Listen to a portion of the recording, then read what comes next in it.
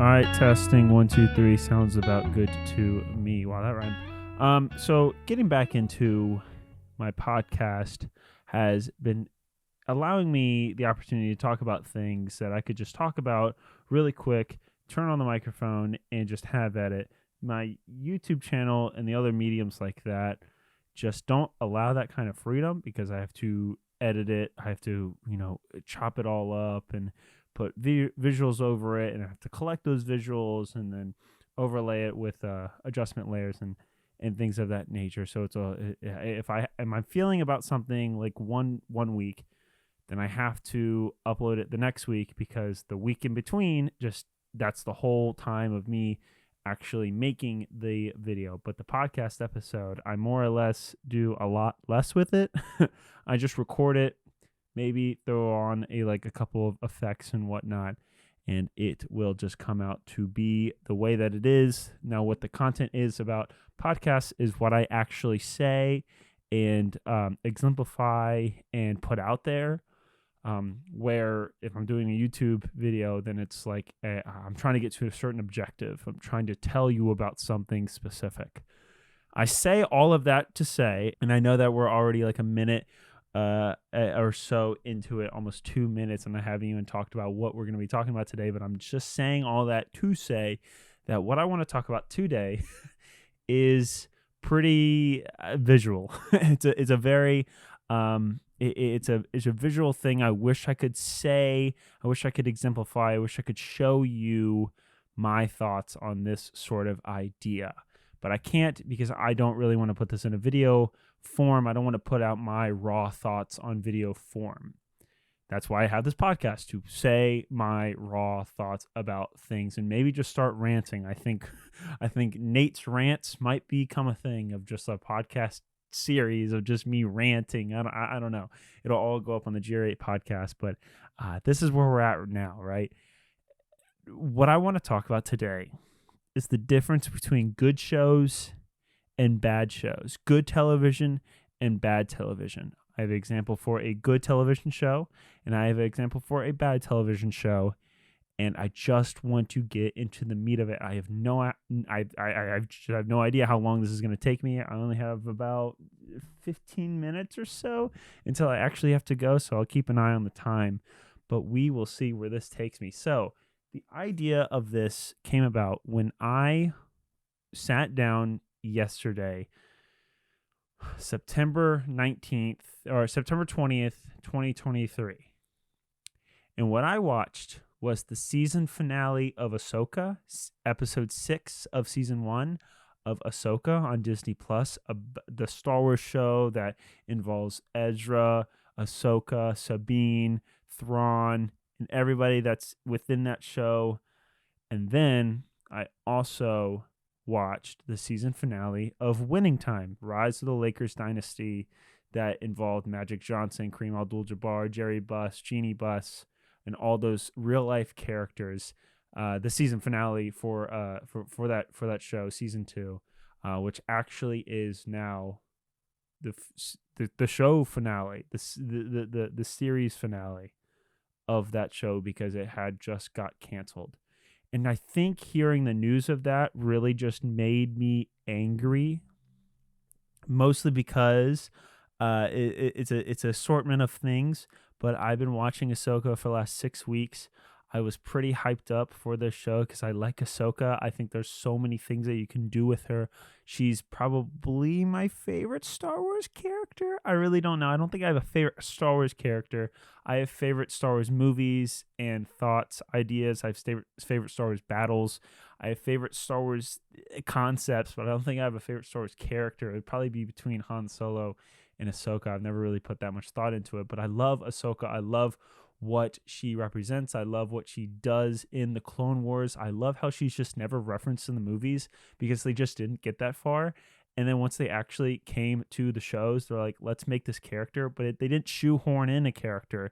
and then just make up a couple of things of why she was just never mentioned. They made her an actual character with actual character arcs in the Clone Wars, with her going and being I'm already in the midst of of talking about what just makes me mad, and trust me, I'll connect all of these things, but I want to stick on why I like Ahsoka and why I didn't like the show, but I like the character of Ahsoka, and why I think that this idea of good and bad shows just really needs to be analyzed.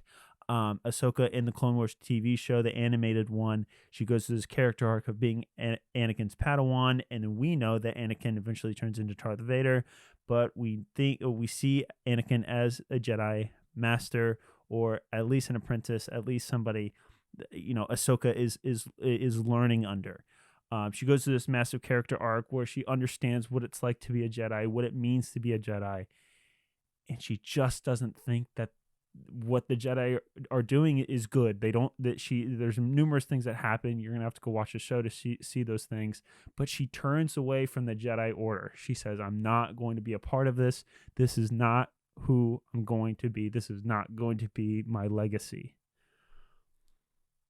And then we come to multiple iterations of her character in Star Wars Rebels, and now the Ahsoka television show, the live action one. And I'm just wondering, what were they thinking?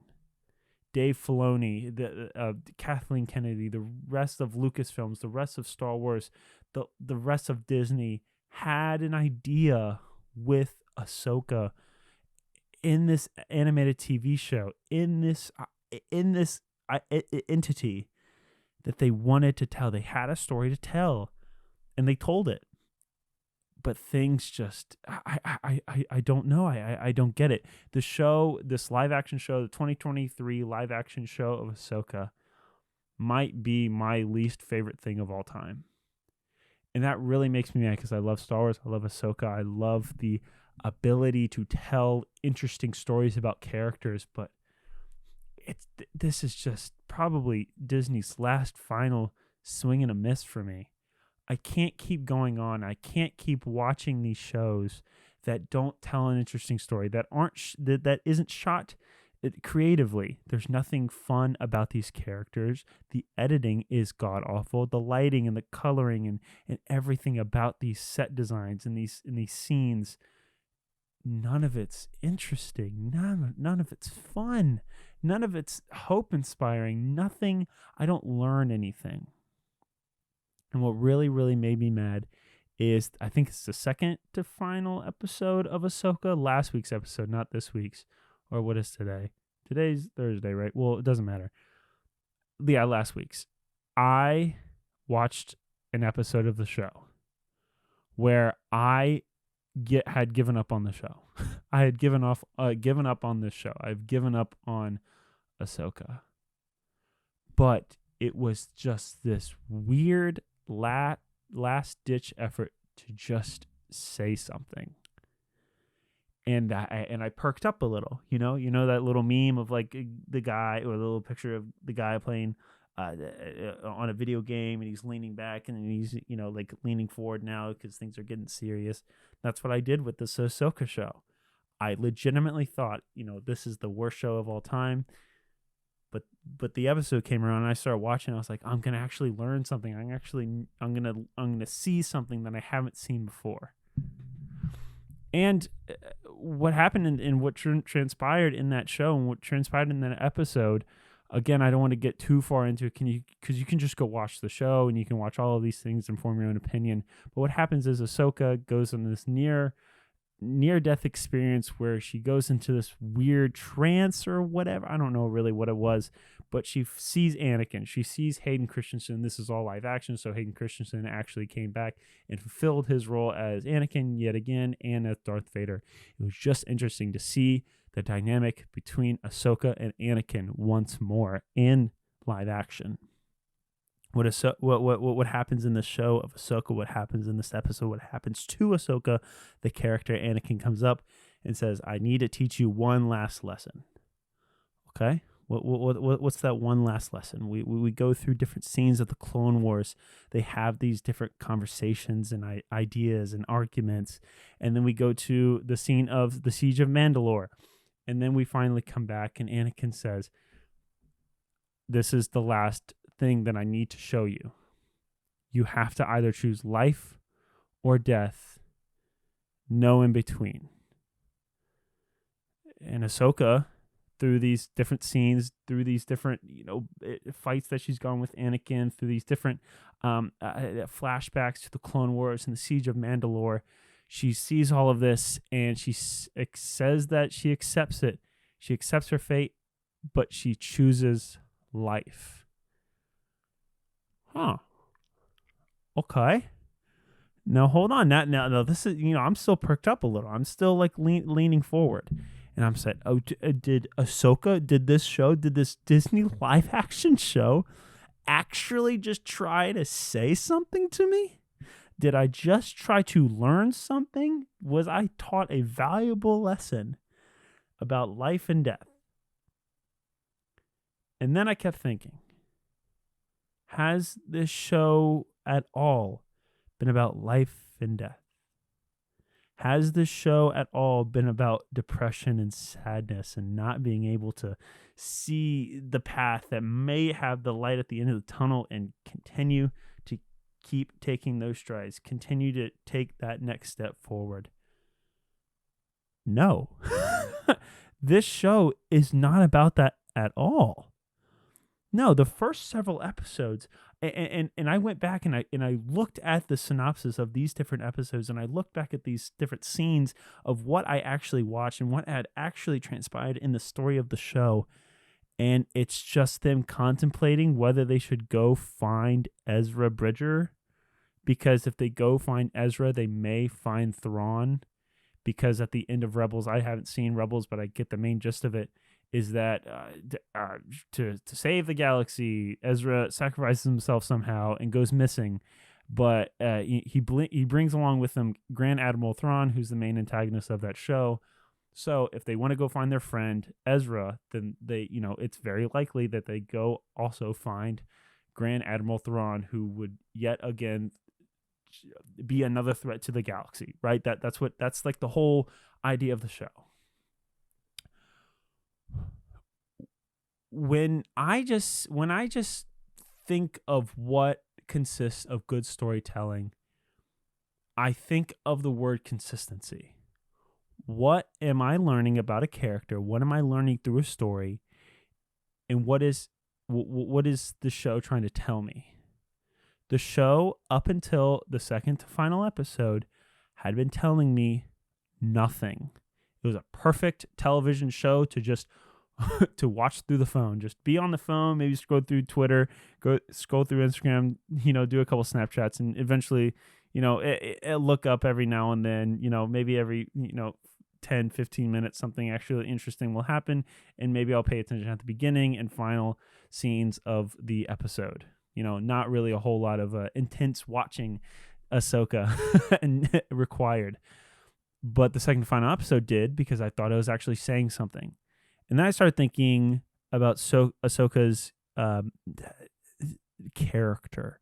What are her character traits? What do the things that she goes through? What are the things that she thinks about? What is Ahsoka? Who is Ahsoka? And I don't know if life and death and suicidal thoughts and thought of sadness and depression really exemplify her character.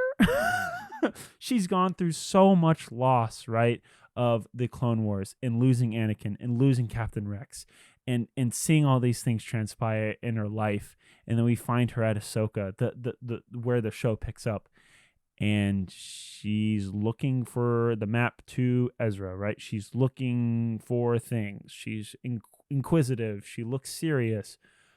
But never do we ever get a just one scene of her alone in a room contemplating life. We never see her flashback into the Clone Wars. Before the second and final episode, we never see her thoughts on what she thinks about Anakin. We never see her facial expressions. Or the Disney directed Rosario Dawson to never show any facial expressions, to never show any joy, any happiness, any sadness, any depression, any thoughts of anxiety. Her eyes don't get big. Her mouth doesn't get small. Nothing happens. Her eyebrows don't raise. Her cheeks don't pucker in. Nothing happens to her in her face. There's nothing that is shown that exemplifies any sort of emotion that Ahsoka is showing. This whole show is shot in a wide screen, wide format of so many wide shots. Maybe, there's multiple characters on screen and they're just sitting there in a cockpit. And then you can see both of them because it's like you're pointing straight towards them. And then maybe the shot will change to behind them and you can see out the window of the cockpit, and then they go in hyperspace. Though these things are not interesting. I want to see interesting shots. I want to see the camera is a character in of itself. You can see what's going on characters' faces. We want to see what these people are thinking. And Ahsoka in this show doesn't think about anything. She doesn't show any emotion. Nothing happens. She just waves around her lightsaber and asks a couple questions for people. It doesn't make any sense to finally have something to say when this second to final episode Anakin shows up, and then now we're like, oh, is Ahsoka actually trying to say something to us? Is the show actually trying to say something to us? Is Disney actually trying to say something to us? And it just transpires into Ahsoka choosing life over death. Oh, okay. When has her character arc ever exemplified that? When have we ever heard Ahsoka struggling with life or death? When have we ever struggled with Ahsoka killing somebody? When have we ever struggled with Ahsoka maybe looking at herself and not thinking the highest? Maybe she is dealing with self-worth or something. She never feels any of that. Her character, even in this own show where they actually thought they would actually try to say something, they don't even try to show it. What Ahsoka goes through is a waves around her lightsaber. She asks a couple questions for different antagonists, and the one scene that the idea of like Ahsoka refuses to train Sabine to be a Jedi again. And the funny thing is that in the show, they refer to, no, I won't train you again. It's funny because in the entirety of Star Wars, Ahsoka never trains Sabine. In the entirety of Rebels, Ahsoka never trains Sabine to be a Jedi. I know that, and I haven't even watched Rebels. I know that, and they're just now saying that, okay, like, you're not going to train her again. Why? You're making up, you're fabricating story beats that never actually happened to just try to randomly convey an emotion for a character. Why not focus in on Ahsoka thinking about a grief, trying to go through the loss of her master? She's already kind of done that in Rebels, but this is her live action debut, or not really in a Mandalorian and whatever, but this is her live action show. This is all about her, right? And we don't learn anything about her character. She chooses life over death. She's already a good guy. She's already a positive character. If you watch the shows, she's already jumping around, having fun, being called Snips, calling Anakin Sky Guy. She's already doing these things that are fun for a character. When do these actual things? When do actual sadness takes place? And I'll tell you where. Star Wars: The Clone Wars. I'll tell you where. Star Wars Rebels. Nowhere in live action do we ever see Ahsoka go through trauma. We don't see her deal with the trauma. Even if she does, even if she, has to fight somebody, she doesn't really want to fight, but she has to anyway. We don't see her thoughts on after that fight. Man, I really didn't want to fight that guy. I'm really trying to be more peaceful. I'm really trying to focus on life over death. I'm really trying to be more a passive character, which I understand because war has greatly affected her life. But you can't just shoehorn in a character arc into a character that's been a thing for 10 years now? When did the first Clone Wars movie come out? How long has this character been in existence? And now you're trying to say something that's completely opposite to her character? That doesn't make sense. It will never make sense. Disney, you can't just try to say so. I appreciate them actually trying to say something, right? As long as we're actually trying to get something out of them, I'll take it, right? I'll take it. That's why I just have so many thoughts. Why are we just now getting a character thought process out of a character that we already know so much about, and then you're trying to teach us a lesson about that character, a character arc that this character has never even needed to go through. She already has chosen life over death. She's never gone through suicidal thoughts. She's never. Maybe I'm gonna talk specifically about this show. We don't see her be upset. We don't see her. I don't know. Deal with consequences. Be upset about something. It's interesting because Ahsoka, apparently, like in the show, I think what they're trying to get at is that she chooses life over death. She chooses to be a positive role model. She chooses to train Sabine. Okay. Earlier in the show, she has already made those decisions to train Sabine. In fact, the cold open for, I think, the episode before that or the episode before that, she trains Sabine. She makes her close her eyes and makes her use the Force and swing a lightsaber around to block blaster shots. Ahsoka's already made the decision to train Sabine. She's already made the decision to choose life over death. Why, in this weird episode, are we being told that Ahsoka needs to choose life over death? And then the final episode that I just watched yesterday, it's about Grand Admiral Thrawn, whatever. The bad guys sort of win and they find Grand Admiral Thrawn, and Grand Admiral Thrawn says a couple of things, has a whole legion of stormtroopers, and promises to take over the galaxy or something. I don't really know. Do you know how many minutes Ahsoka is in this show? 3 to 4 minutes in this episode. The show is called Ahsoka, and she has 3 to 4 minutes of runtime in this episode. After that, it's all Thrawn. After that, it's all Sabine. Sabine goes and actually does find Ezra, randomly and weirdly finding odd stone rock creatures.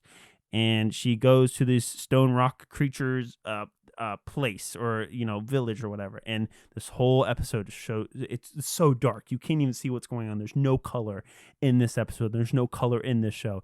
And she finds Ezra, and it's a weird, awkward hug. And then the episode ends. This show is awful. Ahsoka is awful. Disney, what they have done with Star Wars has been absolutely awful. Even when they even attempt to say something, even when they try to say something, they can't. Even when they try to write a story about a character who we know and love, even when they try to say something so powerful as to choosing life over death, even when they choose to have this sort of character arc for a character that has already gone through a character arc and making her shoehorning another character arc into her own show, a show that she hardly even is about, that she's not even in the last episode of the show that is named Ahsoka. We are sat here and we are shoved down our throats that this is what Star Wars is. You listen and you watch this terrible show because this is all we're gonna give you, because Star Wars fans, all they do is watch and consume, and they just accept it. Oh, the Grand Admiral Thrawn, there he is. Oh, Ezra in real life, Ezra in live action. This is crazy. I wonder what's gonna happen next. I'm actually worried about what's going to happen to Ahsoka because I haven't seen her in her own show. All of that to move on to my second idea of that. That's what a bad show is. I want to talk about what a good show is and a bad show is. I'm trying to find this dichotomy. I'm trying to find the difference. I'm trying to find the contrast in what I'm saying out loud between a good show and a bad show. And I just focused on the bad show. Ahsoka from Star Wars, from Lucasfilm, from Disney, on Disney Plus. The original show, Ahsoka, is the definition, is the epitome of what garbage is. This is garbage storytelling. This is garbage television. This is exactly the kind of absolute trash and slop that Disney wants to just give us because we'll just take it and consume it. Even when they try to fake say something, even when they even attempt to say something profound, it doesn't make sense. It doesn't mean anything, and nothing happens to the character afterwards. I want you to take that and transition into Winning Time, Rise of the Lakers Dynasty. Winning Time of the Rise of the Lakers Dynasty stars a lot of people. There's a lot of people involved with it. It's an HBO Max, or just Max, I guess, original show. This show is fantastic. It has 2 seasons and about Magic Johnson and his role of the Rise of the Lakers Dynasty. Starting in, I think it's 1979, 1978, Jerry Buss buys the LA Lakers and they draft Magic Johnson, and Larry Bird's Larry Bird's rivalry. It's kind of hard to like absolutely transition from Star Wars to real life events that happened in the NBA. From going Star Wars to basketball, it's so tough. But watching Winning Time, it's a masterclass at editing. It's a masterclass at color. It's a masterclass at camera work. There's so many whips, pans, tilts. There's things that happen. People are walking through a hallway or whatever, and they may just shoot to a shot of a shot on Super 8 film. Like, just because it's set back in the 80s and that's what people used, and there's a film grain. I mixed film grain and whatever.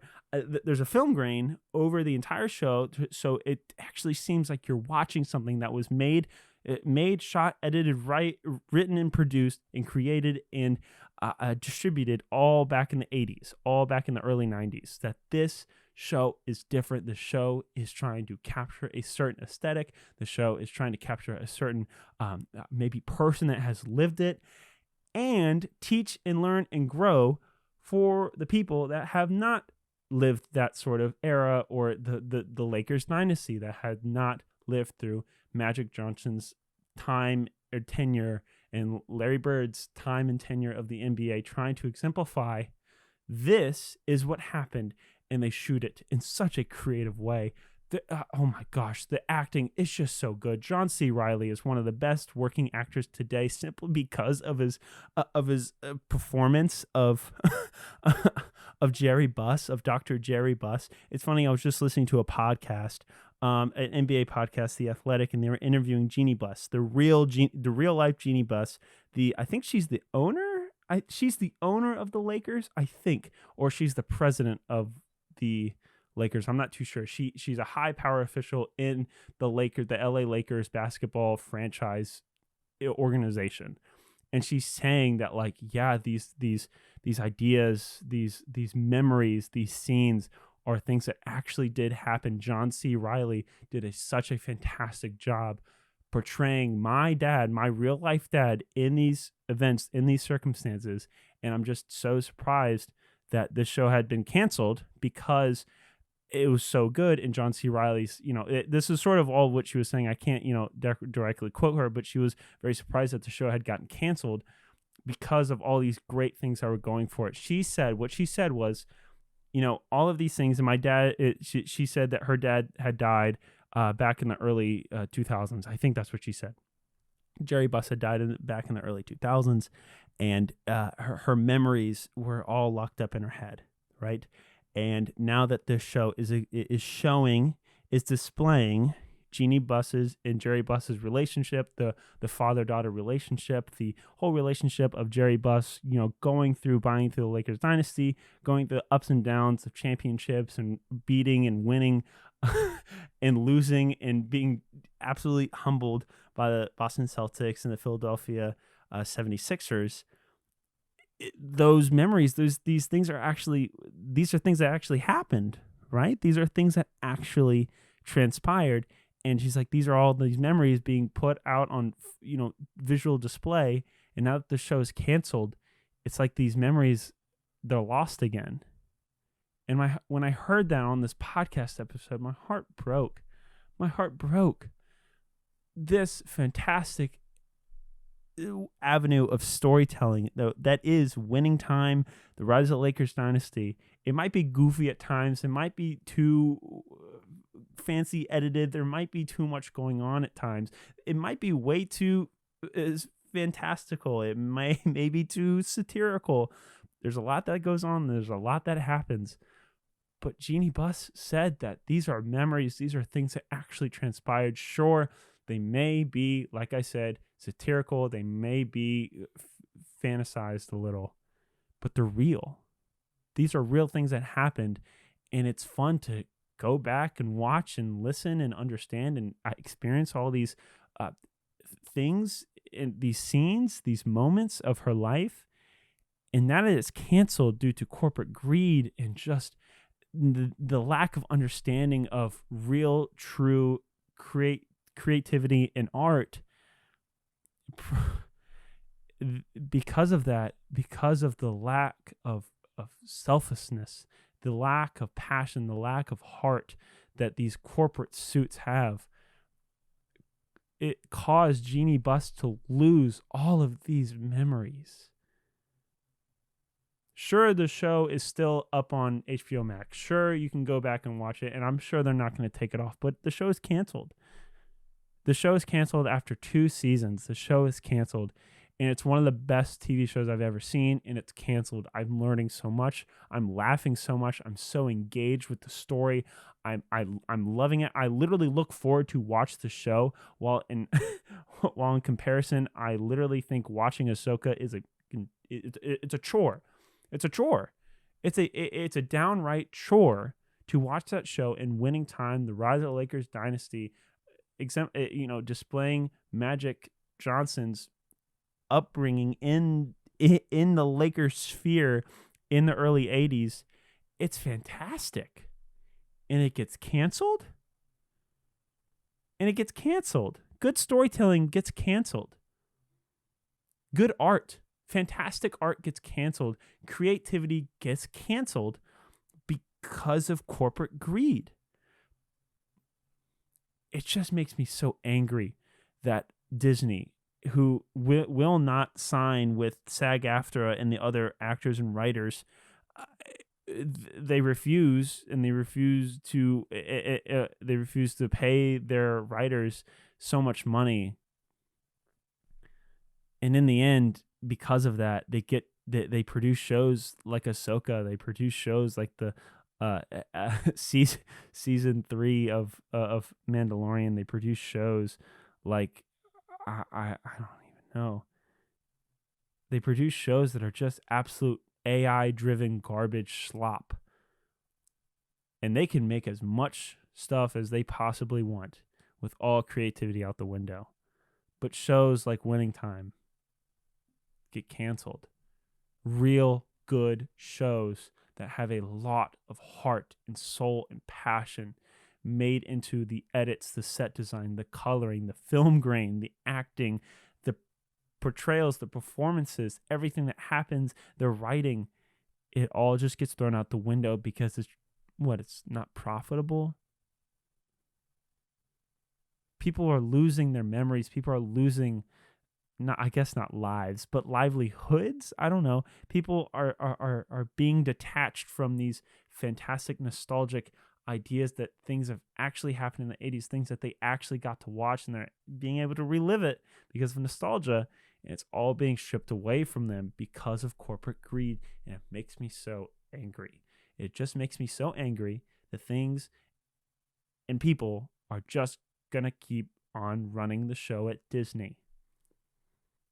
You, as an audience member, as an audience watcher, as somebody who involves themselves in watching television shows, I urge you and I encourage you to look into the things that you're actually watching.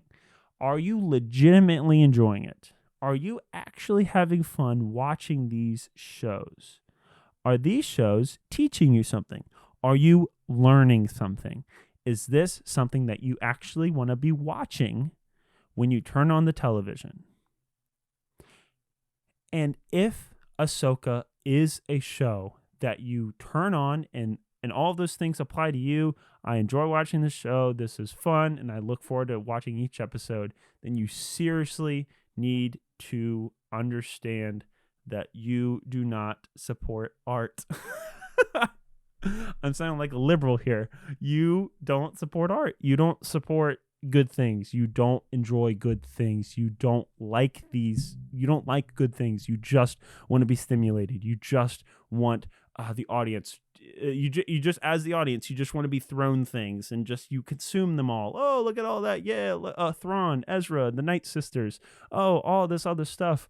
Stormtroopers, secrets, mysteries. Who's under that helmet? Oh, nobody? Okay. Lightsabers flying back and forth. There's no heart and soul into these shows. And then you watch the Rise of the Lakers Dynasty, Winning Time, that actually has real life, passion, heart, memories embedded in these core elements of these shows, in this show, and it gets canceled. And shows like Winning Time get canceled. I urge you, this might be a call to action for the people that are listening to this episode or watching it on YouTube. I urge you to understand what you are watching. I urge you to understand what you are listening to. I urge you to understand and think about what you are consuming in the visual media form. I don't think I have anything else. I'm already how long is this? 36 minutes. No one's going to listen to this. But I just want you to understand that there are real stories out there that need to be told. There are real stories out there that are being told. Go watch them. Go support them. Thank you.